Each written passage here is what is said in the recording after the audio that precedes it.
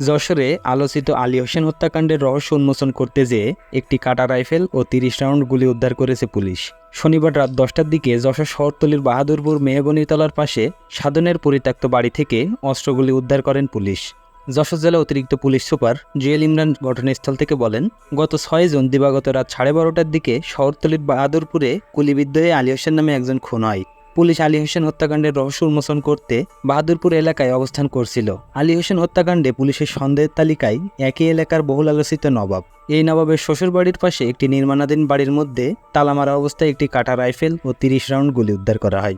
এক প্রশ্নের জবাবে জুয়েল ইমরান বলেন, পুলিশ খতিয়ে দেখছে আলী হোসেন হত্যাকাণ্ডের সন্দেহভাজন নবাবের যোগসূত্র আছে কিনা, থাকলে পরবর্তীতে ঘটনার সাথে সংযুক্ত করা হবে।